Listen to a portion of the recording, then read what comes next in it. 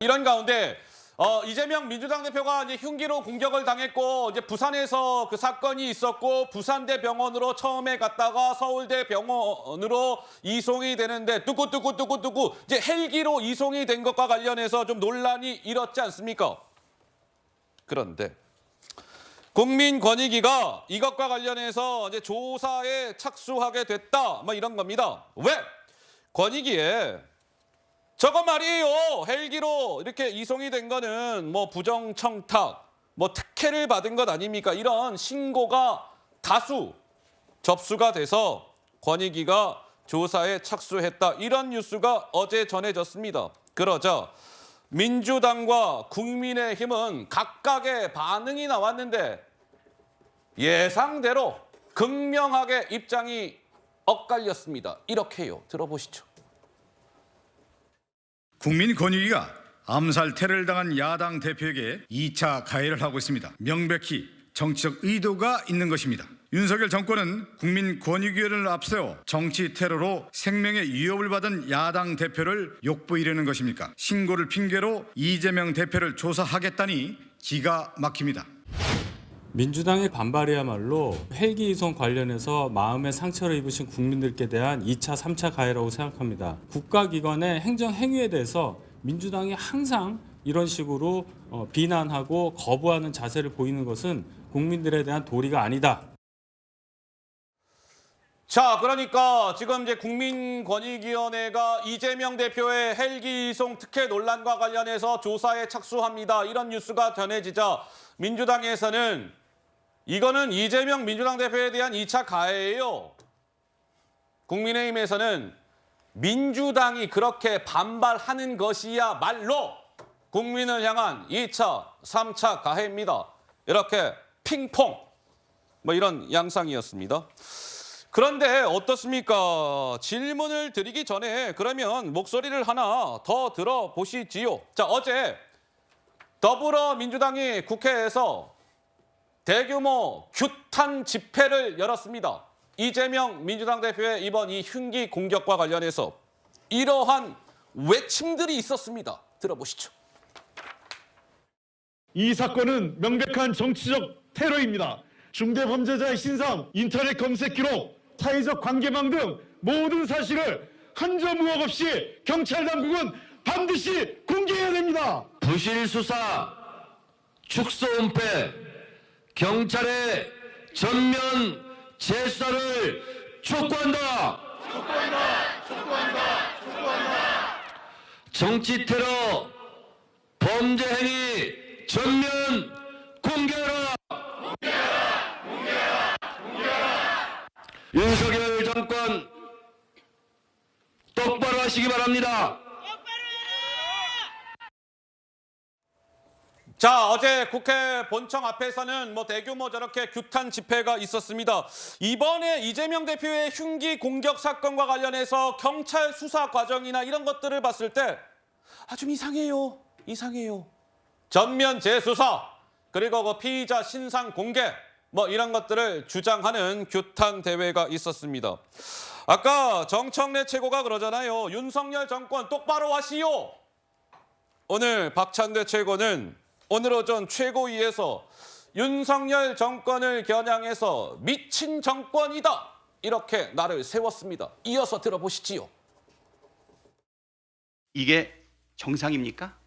총리실은 가짜뉴스를 확산시키고 경찰은 살인미수범 수사를 축소 은폐하더니 그걸로 모자랍니까?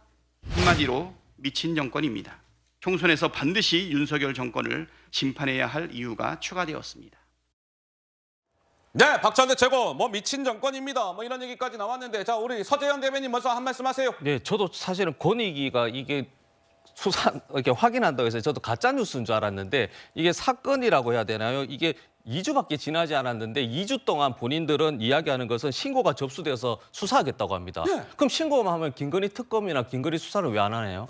그러니까 이게 정말 이상한 게 사실 이게 윤석열 정부를 돕는다고 하지만 이런 것들이 역풍인 게 뭐 예를 들어 좀 이제 계속 논란이 되고 실질적으로 언론이라든지 수사에서 문제가 됐을 때 권익위가 수사를 안 했을 때는 조사를 하는 것은 당연한 것인데 이게 사람 목숨 가지고 지금 2주가 지났는데 바로 이렇게 신속하게 한다고 하니 이게 윤석열 정부를 돕는 것이 아니거든요. 그러면 5천만 국민이 권익위 잘한다라고 하는 게 아니고 권익위 안에 야당 전담 뭐 수사팀이 있나? 이렇게 오해할 수 있단 말입니다. 이런 부분은 논란이 있으면 뭐 정치권, 언론에 먼저 하고 수사할 필요가 있으면 하지 왜 권익위가 저렇게 나서서 물론 윤석열 정부를 돕는다고 하지만 저게 결론적으로 역풍의 좋은 사례가 될 것 같습니다. 자, 그런데 이제 민주당이 어저께 저렇게 막 규탄 대회도 열고 하는 것과 관련해서 민주당 내부에서는요, 이런 또 우려의 목소리도 나오고 있는 게 사실입니다. 한번 보시지요. 이런 얘기가 나온다는 거예요.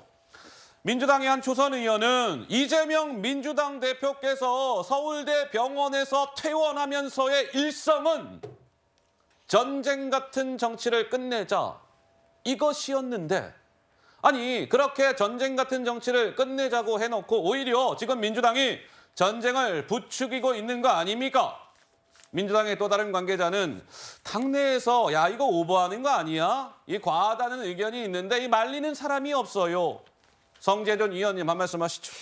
아니 저는 진짜 그래서 민주당의 지금 반응 보고 있으면은 한편은 그냥 몰래카메라 제가 보고 있나 이런 생각까지 듭니다. 예. 아까 전에 이제 뭐 국회 앞에 가가지고 피켓 들고 뭐 한 100명 넘는 분들이 막 그렇게 열심히 외치고 계시는데 야 저거를 보면서 진짜 나의 어떤 제 반응을 보고 싶어서 저런 걸 하는 건가 싶을 정도로 너무 당황스럽습니다. 예를 들어서 홍익표 원내대표 같은 경우는 2주 전만 하더라도 뭐라고 자기가 얘기했습니까? 당적이 중요한 게 아니라고 본인 스스로 얘기하셨잖아요. 정치적으로 해석해서는 안 된다는 취지로 자기가 제일 먼저 강조해놓고 이제 와가지고 180도 다른 모습을 보여주고 있는 거거든요. 그리고 또 박찬대 의원 같은 경우는 최고위원이라고 하는 사람이 나와가지고 미친 정권이다.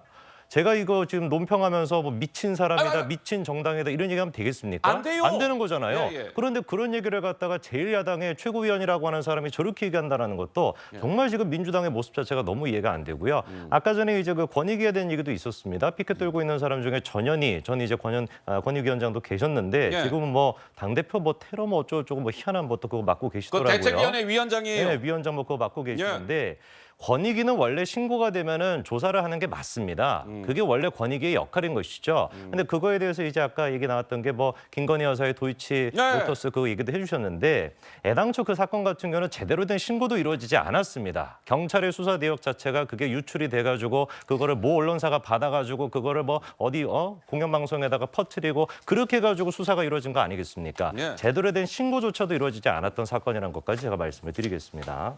알겠습니다. 자, 이제 민주당이 연일 뭔가 공세의 수위를 높이고 있다. 뭐 지금 이렇게 말씀을 드려야 될 것 같고, 이제 이재명 민주당 대표가 오늘 당무에 복귀를 했는데 글쎄요, 여야 간에 좀 이렇게 좀 이제 스무스한 분위기가 연출이 될지, 여야 간의 이 갈등이 더 심화하게 될지 좀 지켜봐야 할 것 같습니다.